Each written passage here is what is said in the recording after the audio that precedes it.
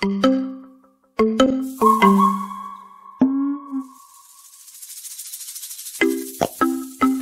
yeah, petit mec. Oh yeah.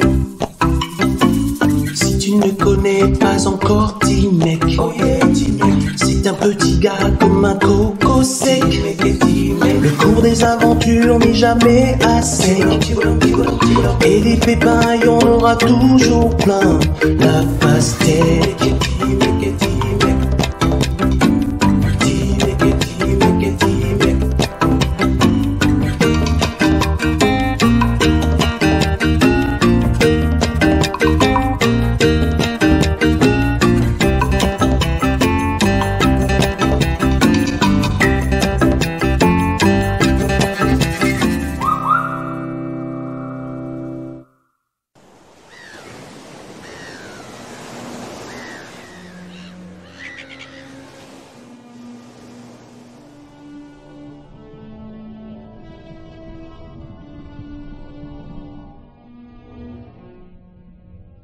Oshopod et Muweni habitaient un village au fond de la mer.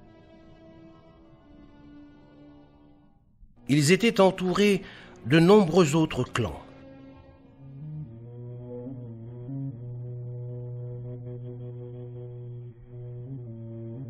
Mais ils étaient solitaires.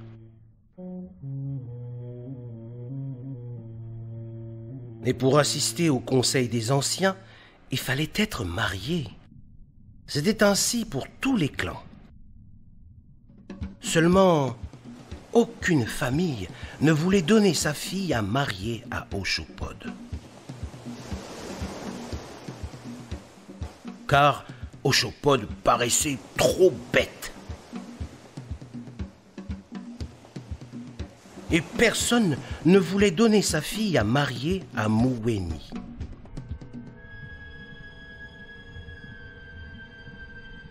Car Muweni faisait trop peur.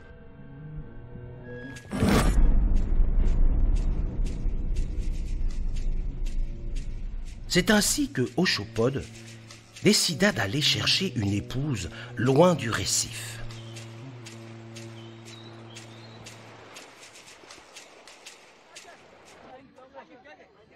Ce jour-là, les adultes du village se préparaient pour le mariage qui se tiendrait au pays des sources. Petit mec partait s'entraîner à danser avec ses compagnons.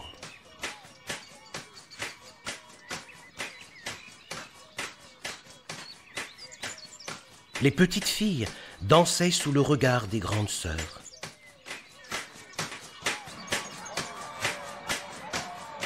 Et les petits garçons s'exerçaient sous le contrôle d'un cousin.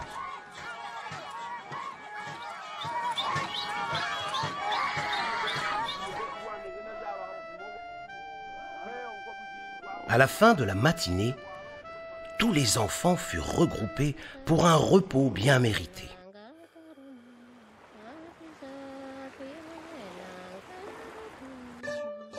Soudain, Petit mec entendit un rythme inconnu.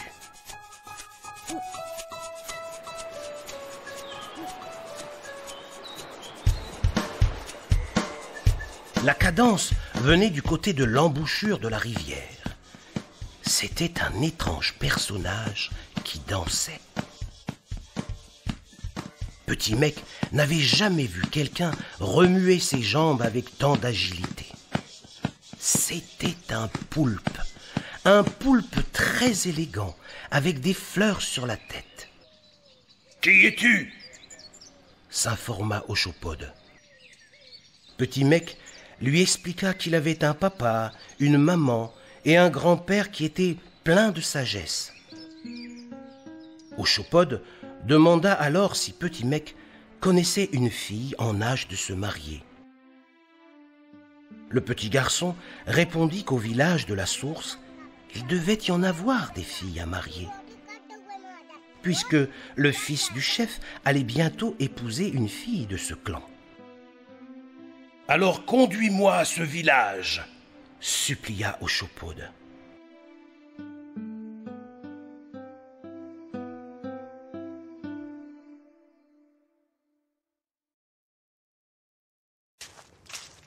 Petit Mec et Oshopod marchaient maintenant sur le sentier qui menait vers le village de la montagne.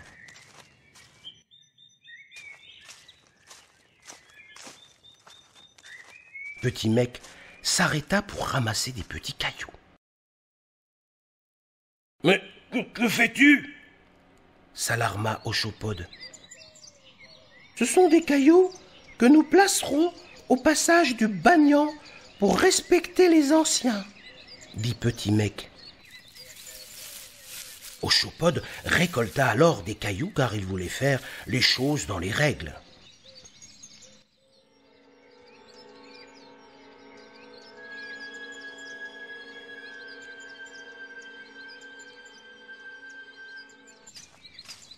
La marche avait repris depuis un moment, quand Petit Mec s'arrêta. « Tu es perdu, petit garçon ?» s'inquiéta Oshopod. « J'ai cru entendre quelqu'un qui nous suivait, » dit Petit Mec. Dissimulé derrière une touffe d'herbe, Mouweni, la murène, surveillait le poulpe. « Je laisserai le poulpe trouver une fille à marier et je la lui volerai, » murmurait Mouweni. Petit Mec et Oshopod déposaient les cailloux au pied du Bagnan. « Le Bagnan protège les voyageurs, » dit Petit Mec. « Il montre le chemin et gare à celui qui ne fait pas l'offrande, car il se perdra dans la forêt. »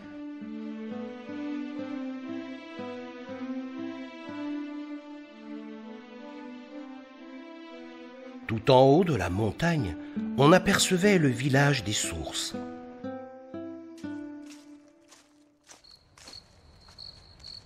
Oshopod enleva ses habits pour aller dans l'eau. « Mais que fais-tu » cria Petit Mec. « Je vais me laver pour être bien propre devant ma future famille » lui répliqua Oshopod. « Ce n'est pas possible !» se désola Petit Mec. « Tu viens du récif, alors c'est impossible. On ne doit rien mettre qui vient de la mer dans l'eau du cric. » Le poulpe, qui voulait respecter les traditions, se dirigea vers un tamanou.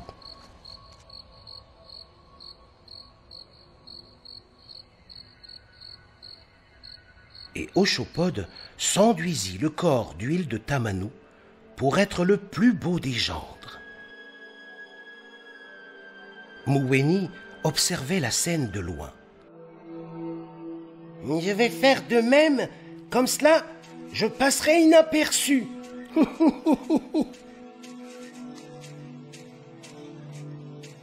Petit Mec et Oshopod avaient repris leur marche. Mouweni s'enduisait d'huile et marmonnait.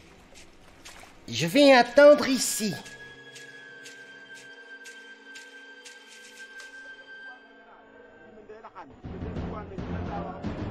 Au village, on eut pitié du pauvre Oshopod qui ne trouvait pas d'épouse.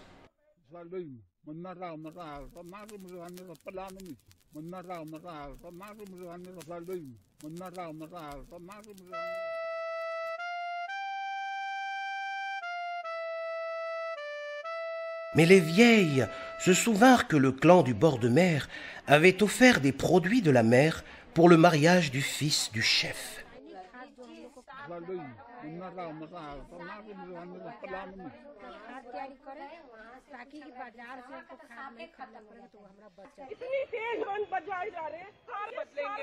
Ainsi que les femmes du clan proposèrent à Oshopod une compagne. La petite pieuvre fut très heureuse d'être sauvée par l'un des siens.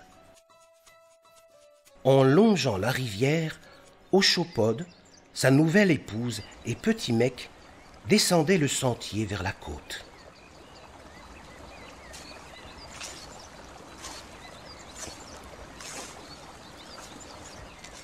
Soudain, Mouweni tomba sur Oshopod. « Mais à cause de l'huile qui recouvrait leur corps, Mouweni glissa et il tomba dans le cric.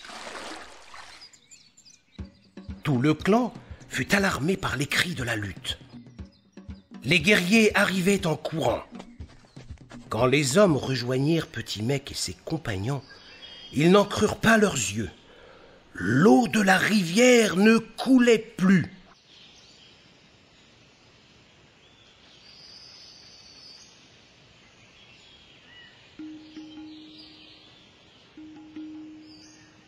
Mouweni se cachait au fond d'un trou d'eau.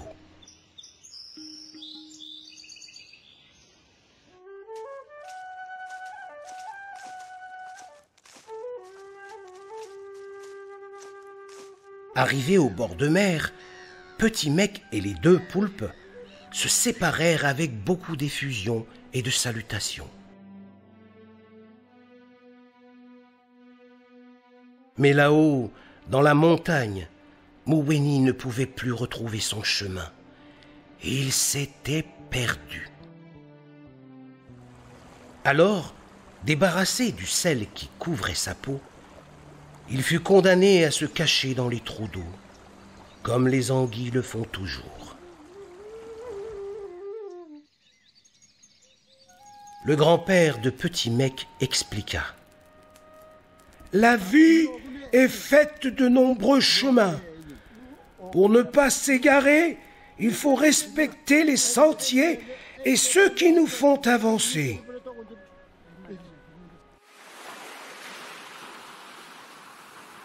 C'est ainsi que Petit Mec avait compris qu'il existe des règles pour vivre ensemble. Il vaut mieux ne pas créer le désordre plutôt que passer sa vie à essayer de le réparer, lui avait dit son grand-père. Oh yeah, Petit Mec. Oh yeah. Si tu ne connais pas encore Petit Mec, oh yeah, Petit Mec. C'est un petit gars comme un coco sec. Le cours des aventures n'est jamais assez. Et des pépins, il y en aura toujours plein.